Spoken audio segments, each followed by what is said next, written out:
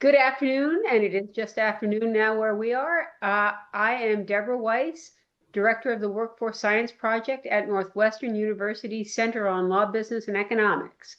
Thank you so much for joining us today at our session of Navigating People Analytics Careers.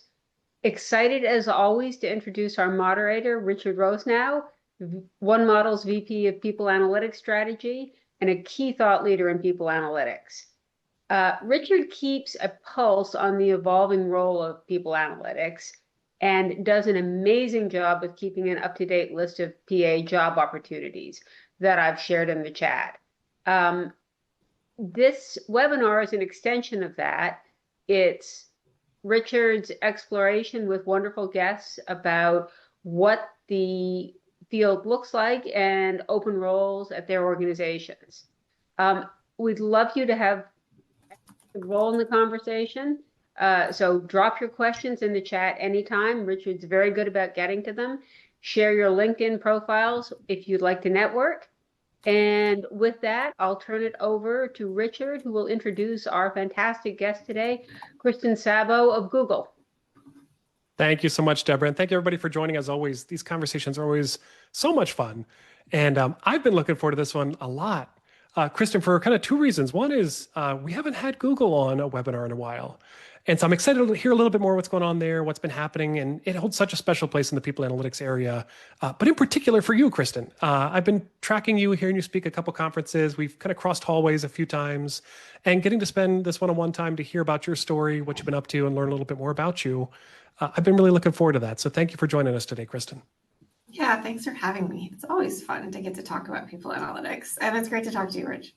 Absolutely. Twist my arm. I'll do these all day. We can get these back to back to back and somehow get paid. That's fantastic. But no, really, Kristin, you've got a great background.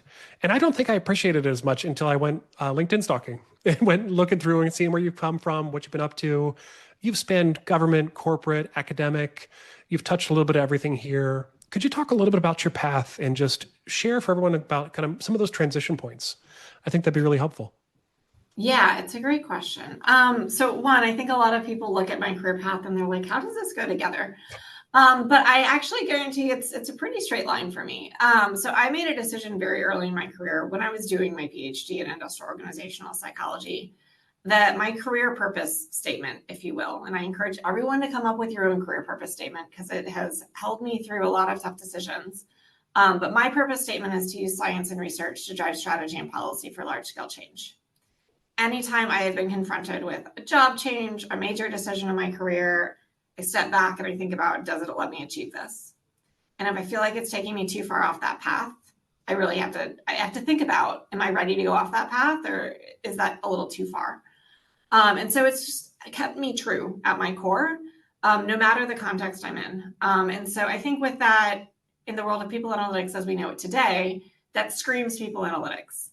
But people analytics in the terminology we use is somewhat newer. But I have been in this space since before that was the terminology I would say used. And I've also been in this space in the world of people analytics that has existed since kind of many other disciplines that have informed people analytics today have existed. So the reason I went actually into the Army, so my first job after I did a PhD, I had interned, I had worked at RAND, the think tank. I'd worked as a consultant, I'd worked as a professor at that point, all, over the course of my PhD. And I decided to put on the boots quite literally and join the Army as a research psychologist. And most people are like, oh my gosh, you did what? But I had good reason. I am impatient. No, I actually really care about making impact and being purposeful in the decisions we make for our careers and how we make impact.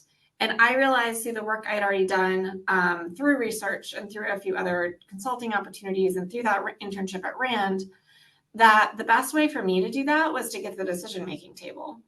Because one of the things I'm particularly good at, and it's important to know where your strengths are, keep growing the strengths and also work on the things you're not as good at. But one of the things I'm good at is getting into a room and kind of reading that room, building relationships, and bringing the story forward. I always tell people relevance gets you in the room, rigor keeps you. And so I realized I wanted to get at that decision-making table. I wanted to inform the really big things using data to back it. And so one of the easiest ways to do that for me, while also driving some purpose out of it, was actually joining the Army. Why the Army? Well, it had and still does the largest program looking at performance optimization, leadership, and culture. That's awesome. It is, the DoD is the largest funder of social science research in the United States. And so when you start to think about like, how do I pull the things that matter and make influence happen through data and through research, being in uniform actually allowed me to unlock that so much faster and accelerate my experience with regards to that, because as a civilian, you can do many of those things working in federal government. What was different was that being in uniform allowed me to be the person to do many of those that civilians couldn't. For instance, I deployed to Afghanistan to do research. So imagine doing a dissertation in a combat zone. That's what I did. And that's just such unique experience that you can't even imagine in terms of the leadership lessons, the policy lessons in terms of how the world works, and just rapidly like living the stress, but also studying the stress at the same time. So the Army did that for me. I ended up at the Pentagon overseeing wide-scale DoD policy with regards to resilience and leadership and how we assess those things, which was incredibly fun. It helped me understand, again, how the world works in a big way, which really set me up for eventually deciding to move into the for-profit world.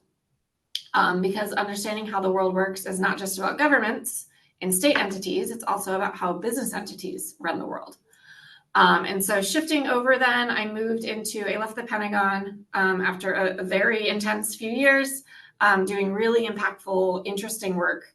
And I went over to Boeing and I got to stand up a talent strategy team that was focused on the future of work. And that was so much fun because I got to take what I consider my three-legged stool in my career, which is research, strategy, and policy. And I got to shift that a bit. So I've been focusing on research first and those other two things second. And the Pentagon and those experiences there helped me realize I really enjoyed strategy. And so in moving to Boeing, I put strategy first and let research take kind of a little bit of a break for me. And so I got to really practice and hone those strategy skills in terms of what that looks like to take forward really big, important strategies. And then I had the chance to stand up their listening team as they were reorganizing and growing their people analytics efforts and maturing them, which allowed me to start entering the world of being a founder inside big organizations, which is also an incredible experience. Around the same time, Boeing was going through some change. For those that remember history, there were two horrific plane crashes that occurred while I was at Boeing. The Boeing bore some responsibility for, as at least it's come out in terms of investigations. And so I was part of the culture change initiative. And of course, analytics had to back that along with science and research.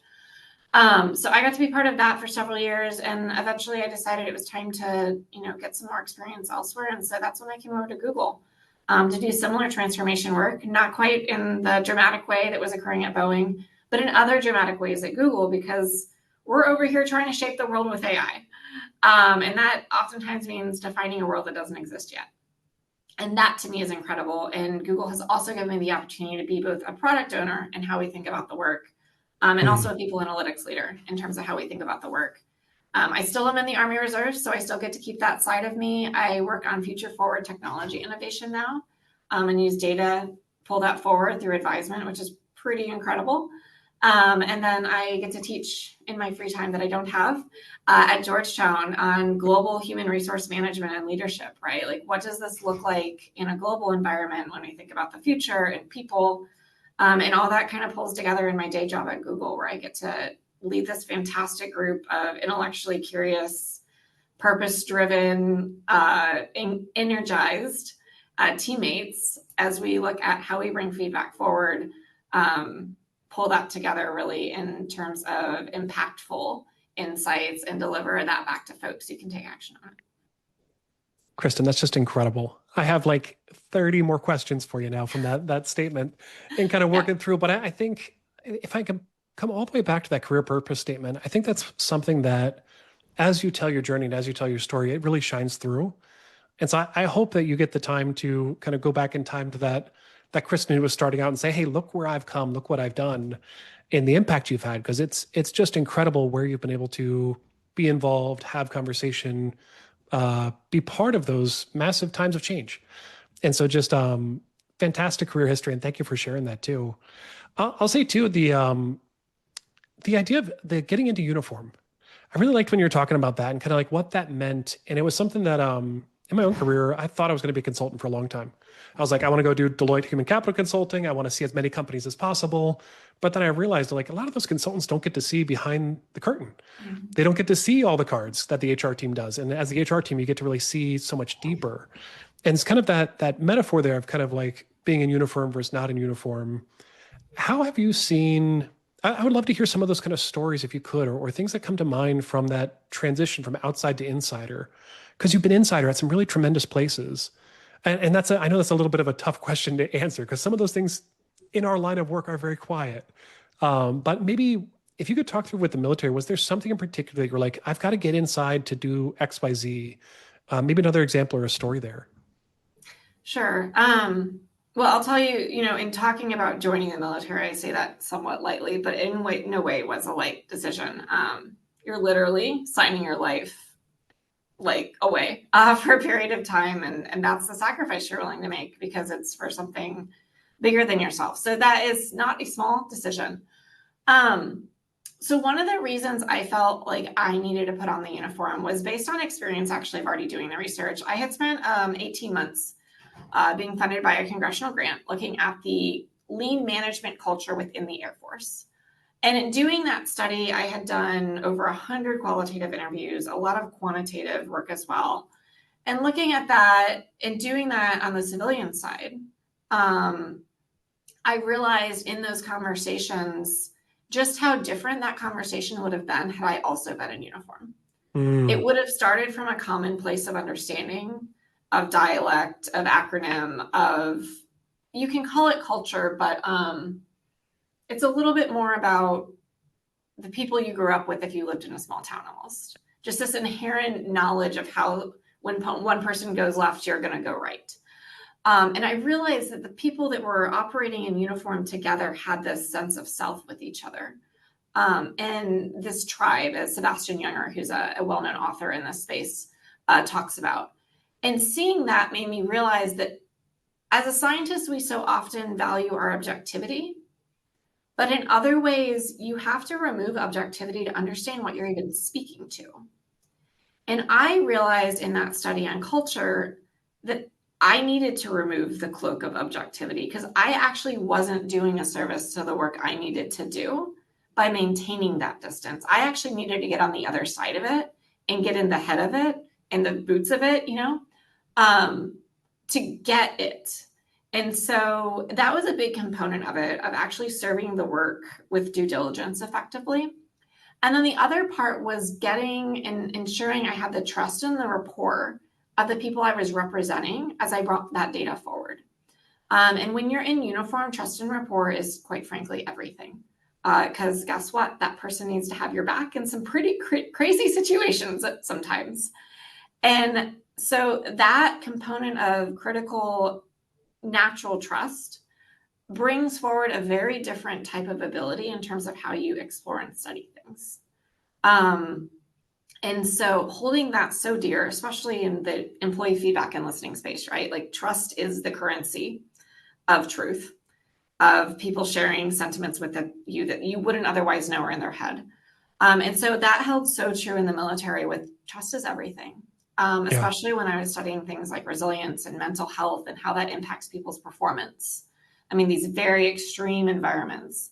And so to be able to just crack that code, if you will, and move past having to do the 15 minutes of explanation of why I got them and just being like, I got you because I am you, right? Like that was incredibly meaningful for being able to do the work with greater rigor and also feel like I was bringing it forward with truth in a way that the objectivity actually no longer allowed me, which I think is what you're getting at of like the difference between being a consultant and being on the inside is being a consultant brings you some objectivity that can really serve, but it can also mean you miss some really critical nuance in that context that could make or break what you're suggesting in terms of the actions that are taken forward. Oh, Kristin, I think that's incredible. And it's an interesting, very like anthropological backing too, for that sort of like human as the instrument, ethnographic kind of background that a lot of people analytics teams at least my understanding has been like a lot of people come in from data science or marketing science or financial analytics. They kind of come into HR. It's one of the last lessons people learn before they feel like they're really in the people analytics space, I think, is how different it is to do people analytics compared to other business analytics because of that human as the instrument and how you deal with your own data point within the company, and then how you also build that trust and understand that trust and how important trust is. It's on the level of data quality in my mind. You've got to have both of those to do anything in people analytics. So I love you riffing on that and talking through that a little bit, because it's something we don't hear enough about. And I appreciate you driving the qualitative mission out there too. So maybe shifting gears a little bit too, it would be great to hear for people that don't know, Google's a massive, fantastic, everyone knows Google. I don't have the energy to keep that bit up for too much longer, but it's an incredible spot within the people analytics history. And you kind of mentioned, like, before people analytics was a thing, you were in the space. Google kind of put a lot of that on the map with a lot of the naming convention, and even if the work was happening many other places. So hearing from you've been there a couple of years now, you've got a sense for what the place is. Could you tell us a little bit about the history of the team and maybe a little bit where it is today? Yeah, I mean, it's just an incredible place. I think so much about how people thought of NASA, maybe in the 1980s or before then even, it was just like the confluence of all the most impressive brains in the world, like all working together on this huge mission to get someone to the moon. Well, that was before the 80s, obviously, but and then after with all the innovation, right? I thought about that kind of reference frequently as I made the move to Google, and I started meeting people, and it has just like tremendously vibrant culture. And it holds the culture so dear, but beyond that, it's the people. And it took me a bit, having been in a lot of different places, and some places that are quite cutthroat for various reasons, right? And I came in here and it was like, everyone's so nice. Like, what? Like, what is this? Do I trust this? Is this real? It was just like this beautiful thing. So I really appreciate, I really appreciate that about Google. Is it is like, it's some of the smartest people you ever meet in the world, all in one big brain trust combined with being nice people. And it's a rarity, right? And I think that's some of the Google secret sauce, if you will, is nice people. We hire good people. It was a big transition to Google because, quite frankly, I wasn't using Google Workspace in full before I came here, and I did not think that through. I had been using Microsoft predominantly, given where I had worked. And I came in and was like, well, I know how to use Gmail, but oh my gosh. There were some big transitions of like, talk about core facts, right? Like literally how you do your everyday work. I didn't even think about how seismic that would be, not just in doing the work, but actually how my brain processes the work. I talk about this a lot when I see people transitioning into Google, and I tell them about the seismic brain shift that they're going to have to occur. It's going to have to occur for them as they shift from saving things in kind of that Microsoft world of folders, like on your hard drive and hierarchies, to the world of the cloud where everything is based on search. And someone like me who tends to be quite spatially oriented in my memory was just like, like, what do I do with this? Like, it's a free-for-all in search. I like things so organized in their hierarchies. So things like that. And I think everyone's confronting this right now as we start like talking about future work as well. It's literally how our brains are like processing the information and even memorizing things, right? As we started to shift to more computer-based work, everyone was bemoaning like, well, physically writing helps your memory. And now I'm going, well, what happened to all my hierarchy folders? Like physically the spatial memory is gone. So I'm not physically writing anymore. And I'm using search and a hope and pray strategy at times to find the thing I need. So then you come up with naming conventions. So all of these parts were like part of my transition into Google. And I mention it because it's just kind of how Google operates. Like you always find your way. There's always someone to help you find your way.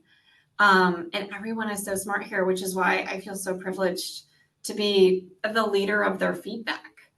I think sometimes it's easy in people analytics to be like, I know better because I am the analyst of all people data. But I sit here and I'm like, I don't know better.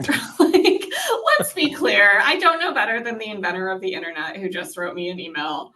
I'm just going to go with this, right? So it's humbling. And I love that because I have to show up to be at 100% every day. Like I can't just show up and not try each day.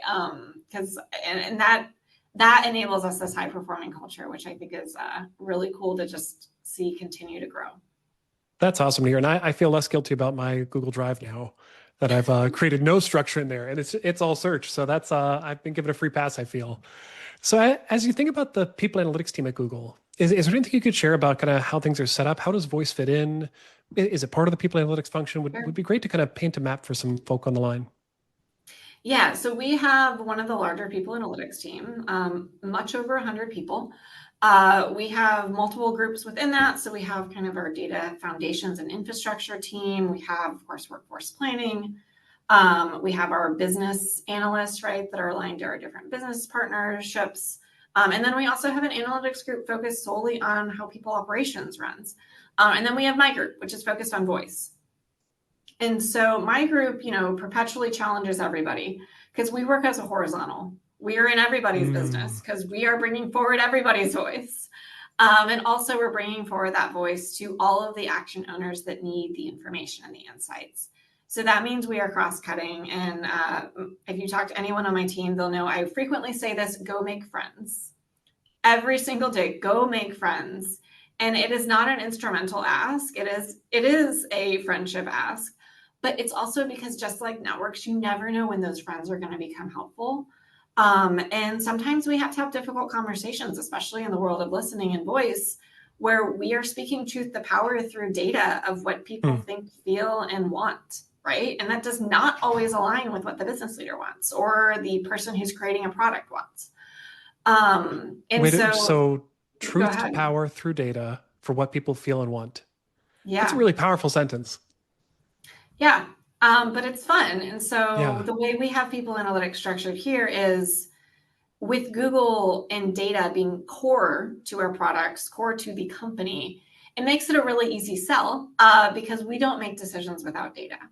And so that means the people analytics team is core to everything we do in people operations, and really is core to every business decision we make across Google, which I can tell you is not the same everywhere, right? And I've worked a lot of different places. I've advised a lot of different places. Everywhere has their own unique way of engaging with data and people data. Google just takes it so phenomenally seriously, and it's so lovely to see because they recognize their people are the secret sauce, right? And so they will take that seriously in terms of making sure they're listening. And that gives us a seat at the table frequently, everything from strategy creation through, is it achieving ends? But it also means that we get to do a lot of exploration in that and helping people understand where they should turn their heads. And that's not just my team, that's all of our teams and how we work and how we're structured and how we're organized. And we're always paying attention to how we can do that better. So we ensure we're keeping that user at the center, if you will, with the user, in our case, being the Googler. That's fantastic. And I'm sure this might be touching on a very big subject, but the naming convention of the team. Why voice instead of listening? Could you talk through that just a little bit? Because I think that's a fascinating distinction. Yeah. And I have worked on both. I have worked on teams with both names. So I've actually thought a bit about this. I feel like listening it can feel a little bit more passive. I think of listening as like you're sitting on a park bench and you're just casually listening to the world around you, right? Voice feels much more active. It feels empowering to me, actually, right? Like you have a voice. Like I am actively getting that from you. And I like that sense of giving the employee power, right? And so with that, I feel like voice is a bit of a punchier term. I think at the end of the day, they really are interchangeable. It's really just it's the world you work in. Anymore, I also find myself interchanging it out just with feedback. Right? Like when I'm looking at the purpose of what we're doing is we're seeking feedback. We're looking for feedback on how we can iterate, how we can improve, how we can optimize, how we can best fit, how we land communications, right? Like we're always looking for feedback. And so as we continue to grow what space we can occupy with people analytics, and technology is unlocking so much for us in that space, I am continuing to kind of broaden that view on what is listening and what is voice And then what is feedback? And how do those terms play together? When are they the same? And perhaps when are they different? But at the end of the day, I think it probably perception sits with who is having the perception, because I'm sure we could all debate how one person views it versus another person views it. But it's really helpful to hear how you think about it, though. And that's, I expect nothing less than a lot of intentionality behind the naming there. So that was fun to hear. So thank you, Kristin. Yeah. As you think about your team, one of the things I love about this webinar series is getting my friends to brag on camera.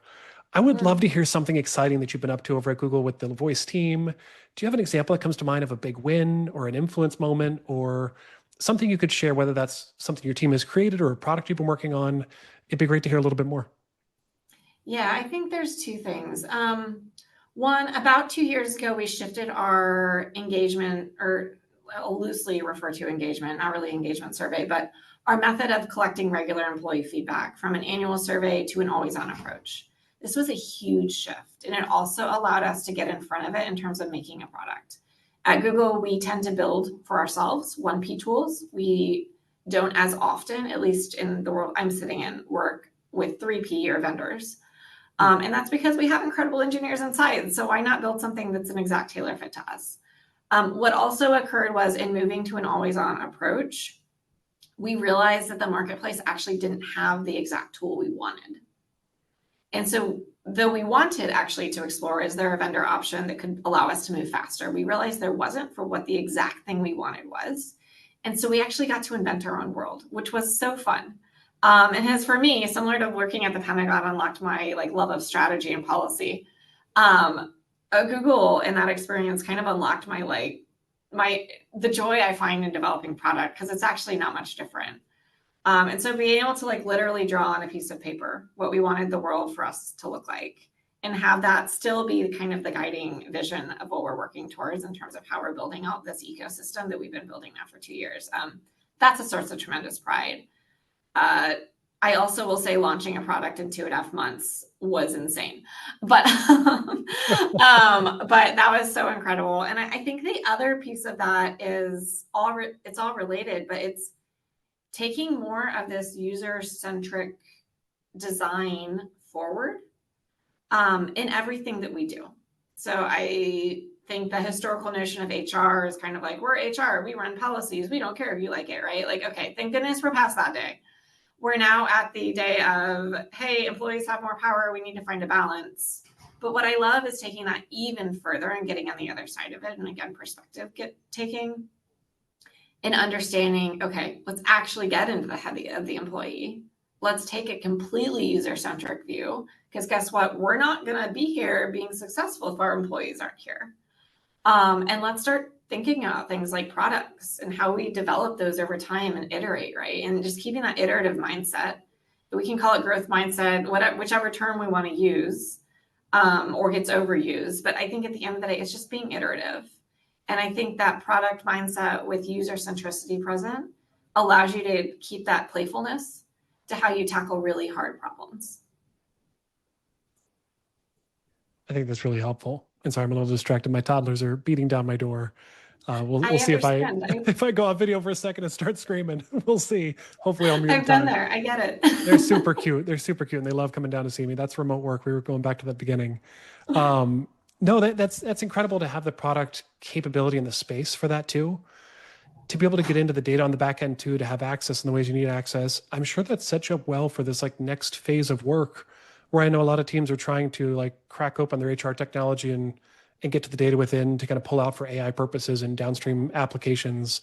To have the tool in-house is just such a step in the right direction for data access in the right way, secure, private, anonymized, and collected, and all those good things. But just, I bet that decision's paying off in new ways today that I imagine that when you started down that path, it might not have been as foreseen. Yeah, I mean, I think there's always pros and cons, and we are in a tremendous place of privilege that we can even talk about creating end-to-end our own product, internal, right? That is not something the vast majority of organizations are resourced for. And that's completely reasonable, right? There are pros and cons to how we resource things. If you have something external versus internal in terms of how you manage it. But for us, it does. It allows us this adaptability. It is tailor fit to our world. It may not be perfect in every way, that maybe a vendor has spent a decade making something super slick on one end, but on our end, it is tailor fit to how we operate, right? And the infrastructure. And so when you see products fail to integrate into a new organization, a lot of times it is actually more in that technical piece, right? The hierarchies they offer don't align to how the org views their hierarchies for leaders in terms of the reports they get, things like that. And so to your point, yeah, we don't have to face that. We built what we built. We designed it from a principle-based view, which Google is so good about teaching its people. Like, start with your principles, first principles every time. That will ground you. And when there's debate, it allows you to really think about, if we're staying true to these principles, then that's a no. It also allows other people to come in and, if, as they should, challenge how you're thinking. You can sit down and go, okay, well, does that challenge the principle? If it doesn't, let's have a discussion. If it does, then I don't think that's a fit, right? So it allows you to understand what the boxes that you're creating for yourself. And then you take that forward and you see where it grows. And that's the value of iteration. That's awesome. You're painting a very compelling picture for the team and the roles you've got posted. So I'd love to hear a little bit more about that. And I know these episodes come out at different times and people come back to look at the archive at different times, but it's always helpful to hear a little bit about how teams are thinking about investment, where they're thinking about growing, opportunities that are out there at different times. But it would be great to hear about the roles you had posted that kind of caught our eye with this webinar series. We wanted to make sure we had you on to talk about them. Yeah, I think so. I posted 3 roles recently. They're actually spread out across our people analytics team. One is on my team, and then a few others are in adjacent teams I work closely with. But I think what I want to highlight of them is they are kind of classic roles, if you will, for Google People Analytics. We do still get to have an academic bent here. I think not every people analytics function gets to do that. They might be hyper-focused on reporting or business intelligence or workforce planning. And we do get to kind of play on both sides in terms of the applied academics of it, which is really cool to see. And we do foster that. So the roles I posted have a flavor of that. They require folks that have that academic mindedness, those core skill sets and methodology and context. I always fear, and I used to say this when I was in the Army, a data scientist without context is just a data scientist, and that sometimes scares me.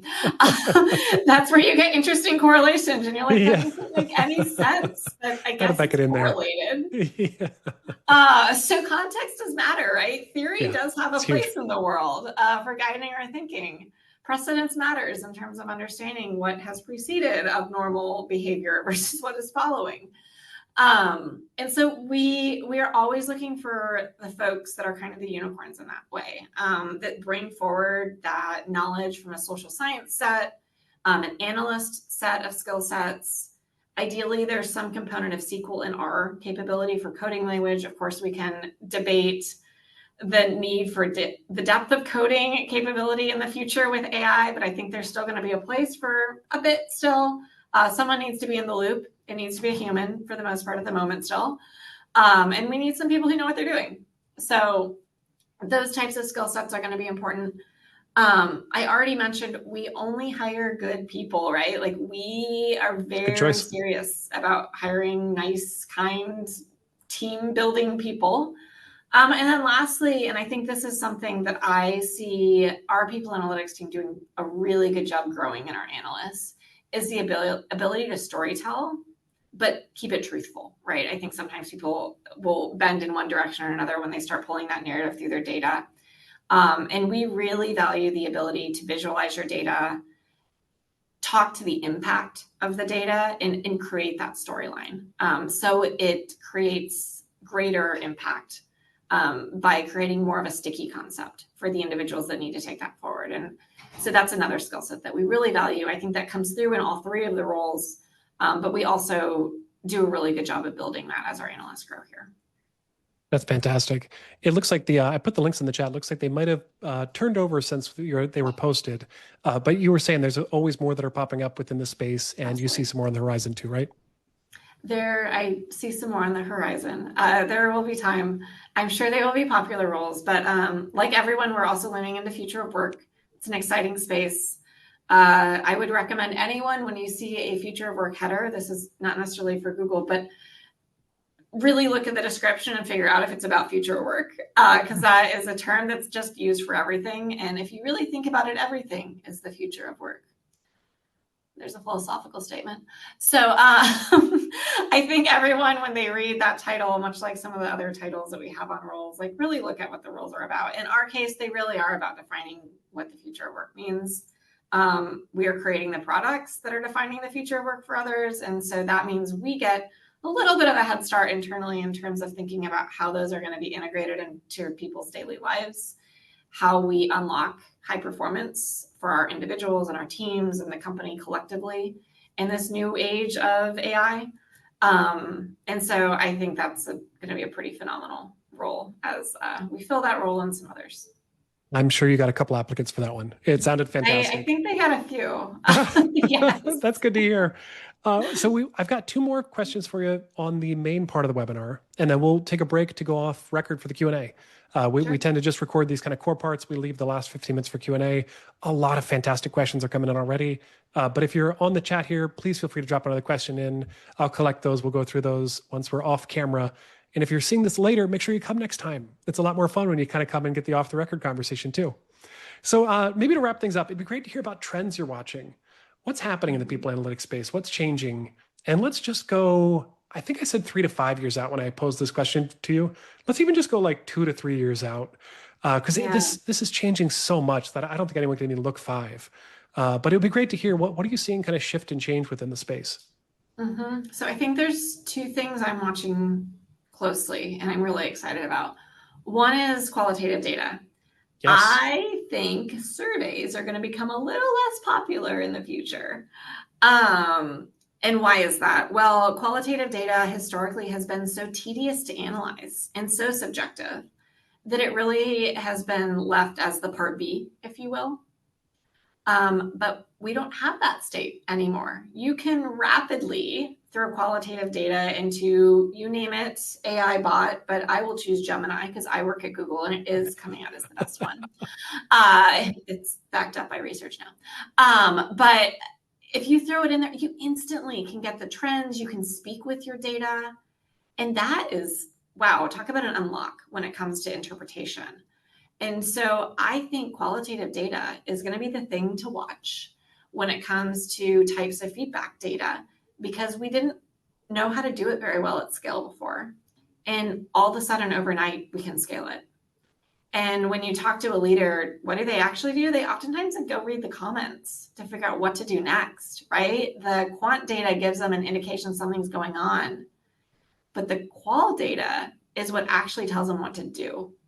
And that is so powerful. So that's one thing to watch. I'd say the second is just on the infrastructure front and how we're integrating insights across multiple data sets moving forward. Similarly, the integration of data, time consuming, requires really deep level analytic skills oftentimes. Guess what? It's not time consuming, nor requires deep level analytic skills anymore. Integrating data with AI.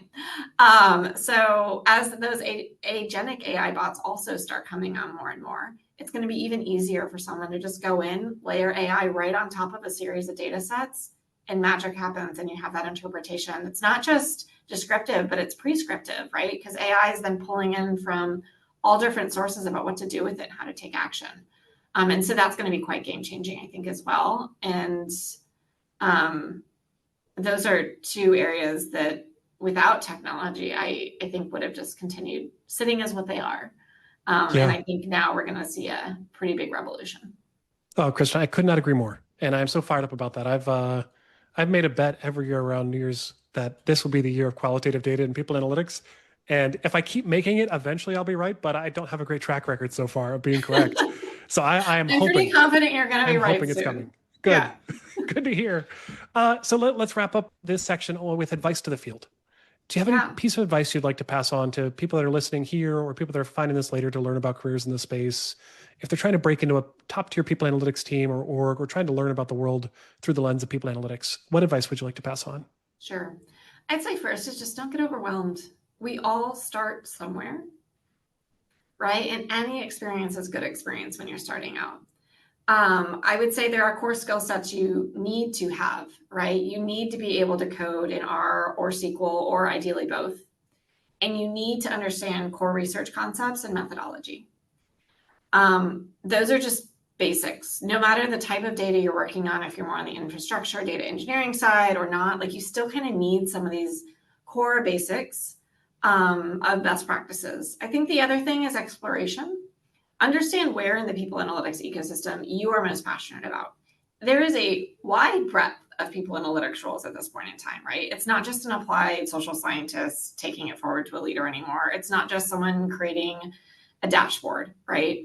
There are a wide range of skills and roles, you know, from data engineering all the way through program manager, where you can find yourself. And so you need to find where you're passionate about, because that's where your strengths are going to pull you forward.